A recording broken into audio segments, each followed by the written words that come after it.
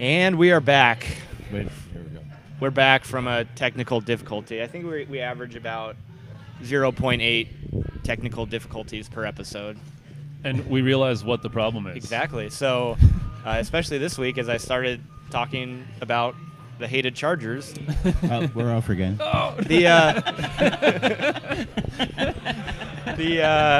The technology immediately boots us off the internet. And here's that word. They're like, don't say Chargers. They don't want negative news. They don't want positive news. No news for the Chargers. Use pig Latin with the Chargers. It's like the on. opposite of a safe word. Yeah. It's like the self-destruct word. Ooh, Chargers off air. So you probably heard about it or maybe watched it, that the Chargers completely choked. It just prototypical Chargers performance. Yep. Should have won, could have won, but they lost. They had to go out of their way Yeah, to lose this that one. game. It was, you get the ball down at the, like you said, 6-inch line and have all these opportunities. Then after their false start, which was such a Charger move too, then they get a PI in the end zone. They get another first down right at the goal line, and in 3 plays could not score. It was just the most Charger way to lose, and I was there for it. I was freaking out, and man, I was so excited. I couldn't believe it though. I know. It Melvin Gordon, your workhorse, almost sad, fumbles, man. Yeah. right, to give it away. Oh my golly! I was watching the Ravens Seahawks game, and the announcer was like, "You won't believe this," and I was like, "Oh, this has to be about the Chargers." Yeah. He goes, "The Chargers lost a game with three touchdown attempts from the 1 yard line in," and I was like, "Yep, that's my team." And it was so painful because every single they called touchdowns and then they'd have to go review it. And the broadcasters were saying that the smart play for the officials is to call it a touchdown because it immediately gets reviewed. Yeah. So they were just calling everything a touchdown Yeah. and then going back and reviewing it. It was taking 5 to 7 minutes every single review. So you're just sitting there oh my God, they're going to lose. And then Tennessee started taking their timeouts because at that point they knew that the Chargers are for sure going to score and they just wanted some time left. And somehow they didn't. Oh gosh, it was so good.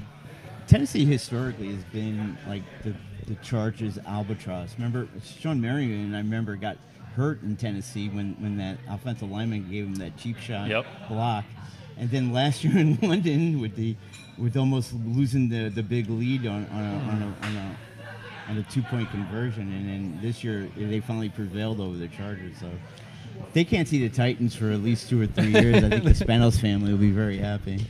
Yeah, I still, root a little bit in my heart for some of the players just because, they played for us here in San Diego. I feel so bad for Phillip Rivers and moving.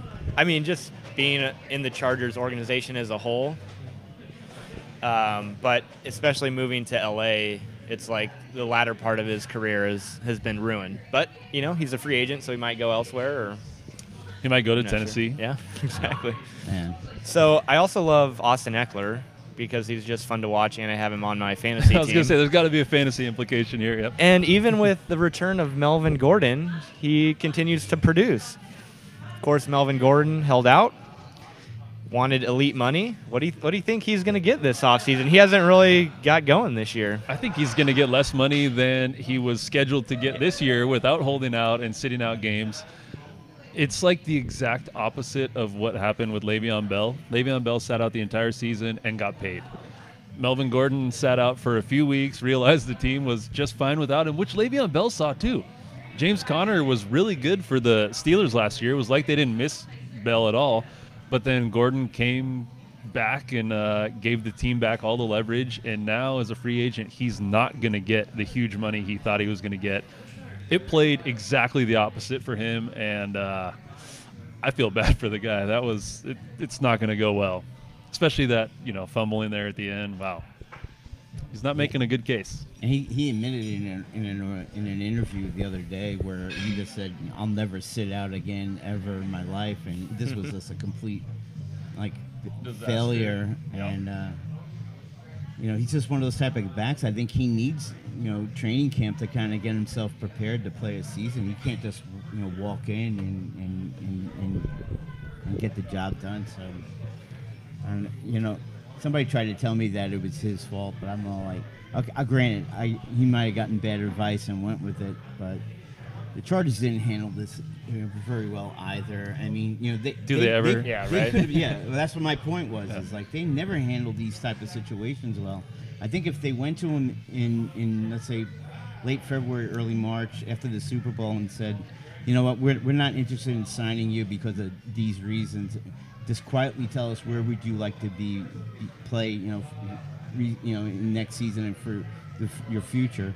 I think they could have traded him and gotten something worth for him. But now it's just like it's ridiculous. They can't even trade him if they wanted to because he has no value. Yeah, I think he turned down about $10 million this year, I want to say, was the Chargers' offer. And then, he's maybe 28 going into the free agency. He's probably not going to get more than a 2 or 3 year deal. Nope. And definitely not that $10 million mark. So, yeah, you feel for the guy a little bit. Andy, you wrote a piece saying that they're no longer our problem. Right. Is it a liberating feeling? Is it a upset still? Like what? After seeing a performance like that and having seen it so many times and knowing that it really isn't our problem and now we can kind of celebrate those things, how does that feel? It's like half empowering, half deflating, which doesn't really make sense. No, but it makes perfect sense. Like, I know exactly you what love you're it saying. so much because you hate the business move that Dean Spanos made to take them to LA, but you love seeing them fail, right? It's totally. like you screwed us. Now screw you. Yep. But you're also, you're deflated because you put so much of your heart into this franchise, and you still have some ties to the players. So it's like you're deflated by the business move of it all. I think is my biggest point. Well, assuming they do stay in LA for the foreseeable future or ever, for our lifetimes. Once all the players that we recognize, and like right now, the list is dwindling down. Yeah. It's almost the list of one with Phillip Rivers. There's a couple other players who still have the strong San Diego ties, but once those guys are gone, then is the artery completely severed? Like, what does it take to be completely broken away from it? And yeah, I think as Rivers, may leave there. They moved to the big stadium, and I think they just continue to become more irrelevant, both to us and I think the nation as a whole. They don't have a fan base. If they don't put a good product on the field and they don't make the playoffs, then I think most NFL fans kind of tune them out. So that's kind of how I'll be too. I mean, I'll probably have one of them on my fantasy team every year, or whatever. But yeah, I don't know. They're pretty much done, but I don't know. Eventually, I may have a Charger on my fantasy team. I just haven't done it yet because I can't. I don't want any reason to have to root for him. And there's never been anyone who's good enough to necessitate that. Obviously, like an Austin Eckler or Keenan Allen are solid players, but there's other solid players like that. If there was a Christian McCaffrey type player on the Chargers and I had the number 2 pick, I would totally take him, but it hasn't happened, so I haven't had to worry about it. But okay, all right, I'm good. One thing that Andy brought up that I'm thinking about, and I still have a hard time fathoming, is you said Phillip Rivers could be leaving there via free agency. Who would be harder to see in another uniform, Phillip Rivers or Tom Brady? Because Adam Schefter of ESPN reported during their pregame show that Brady put his house up for sale, and he could be possibly moving on from the Patriots, which I just not sat there happening. like, what the hell are you talking about? Yeah. I don't see it. I don't see him retiring, and I just don't see him leaving the Patriots anytime soon. It's interesting. I don't think there's any chance Tom Brady plays anywhere other than New England or with Bill Belichick for his entire career. He's not going anywhere. But I want to see Phillip Rivers in a different uniform because I so badly want to root for him. Like, that was the only part that sucked about it for me on Sunday, was knowing that Phillip had to go through that again. He does everything to put his team in position to win. The organization is just like, despite the organization, he has been a Hall of Fame caliber quarterback, and I want him to be a Titan a Bronco, a Jaguar, a Bear, anything. And I will be so into that team for the years that he is there. I'll get a shirt. I'll wear it here. I want to see that. So it wouldn't hurt. It wouldn't be weird or anything. If it had been the San Diego Chargers and he left, I would be so crushed. It would be like watching Tony Gwynn in another jersey. I don't think I could handle it. But since they did that to us, I want him to play somewhere else and have success and win a Super Bowl. Yeah, I think that's my biggest thing. I want him to win a Super Bowl. And I don't think it's the best chances are with him being on the Chargers. Just because, he's likely, if he doesn't win a Super Bowl, he'll be in the category of Dan Marino, right? One of the best quarterbacks ever, but, he doesn't have the ring. He's put up Hall of Fame numbers, as you've said. I think I actually looked up the top quarterbacks in passing yardage career-wise. And Rivers, Roethlisberger, and Eli Manning are 6, 7, 8.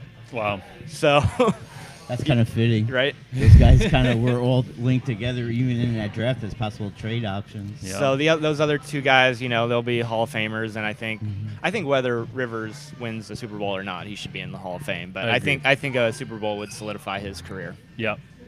No doubt.